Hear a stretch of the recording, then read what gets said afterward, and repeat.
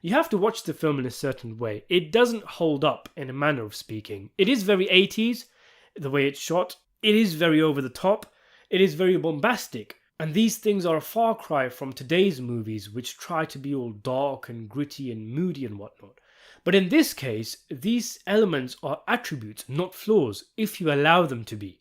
In the film, a Cuban immigrant arrives in the US as a lowly dishwasher and rises to the very top of the criminal underworld and makes some wholesome friends along the way.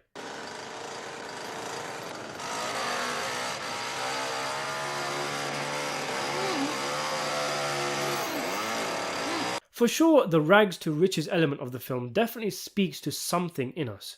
Couple that with Montana's devil-may-care attitude towards everything, his ambition and drive, garnished with something of an ethical code, and an older me can kind of see where some of the admiration for the character comes from. It's a fantasy of sorts.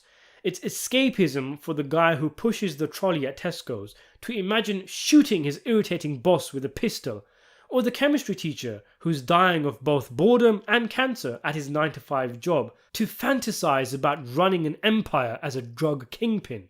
In a weird way, Scarface is a comfort movie because it exists in a completely different universe to most who are watching the film.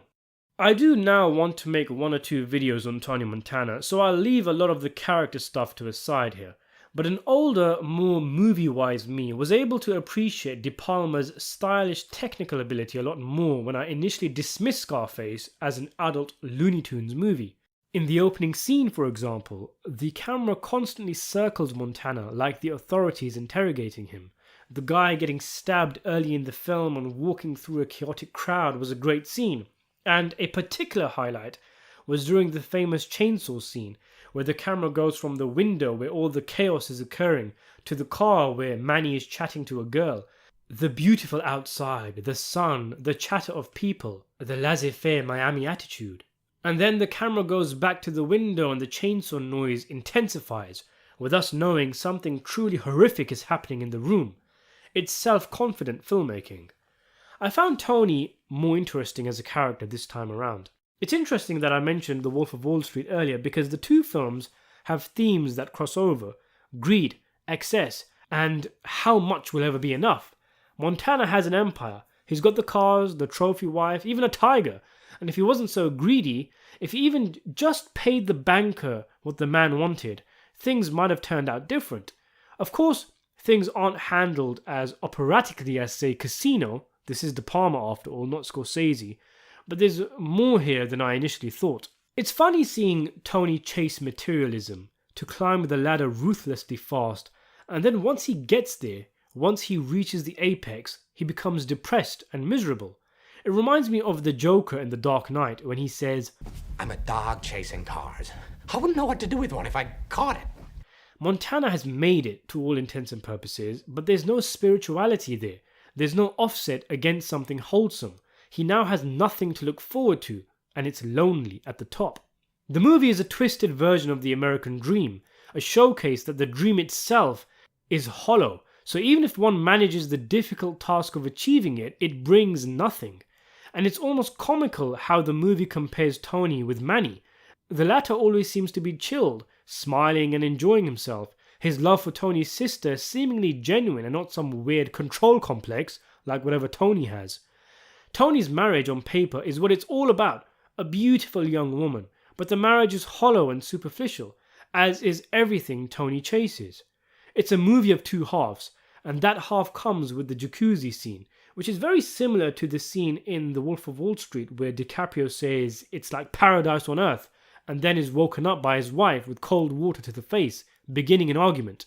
I wouldn't be surprised if Winter watched this jacuzzi scene for inspiration. There's even crossover points made by each husband about their wives having no real goals in their lives. Oh my God, you had to deal with the golf course people too!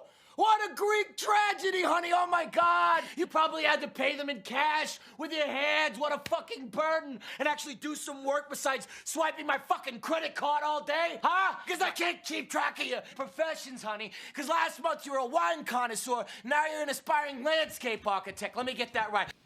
How would you know, Bubblehead? You ever do nothing besides get your hair fixed and powder your nose? You know what your problem is, pussycat? What is my problem, Tony? You got nothing to do in your life, man. Why don't you get a job or something, you know? Do something. Be a nurse. Work with blind kids, lepers, that kind of thing. There's a lot of interesting lines in the film. Nothing exceeds like excess. Or, is this it? Is this what it's all about? Eating, drinking, fucking, snoring, then what? It's almost admirable how Tony recognizes that there must be something more to this, and perhaps a line that cuts particularly for him is when his wife says Frank never talked about money. Maybe Frank had that thing, whatever it was, that Tony lacks. Insight, reflectiveness, restraint, who knows, that's a conversation for another day. But Montana has a particular outlook, an attitude, which definitely propelled him to the top, but it was ultimately destructive. What does a man want who wants for nothing, who has everything, and he's still not happy? Still greedy, still petty. And Frank warned him about those who are flashy, not lasting. The ones who are low-key are the ones who last in the business.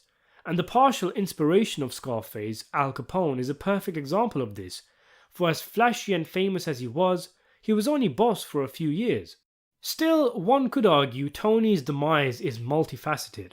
You can point to the banker scene where he refuses to pay him. You can say that maybe Tony had red lines he didn't want to cross, so didn't kill the target who had his family in the car.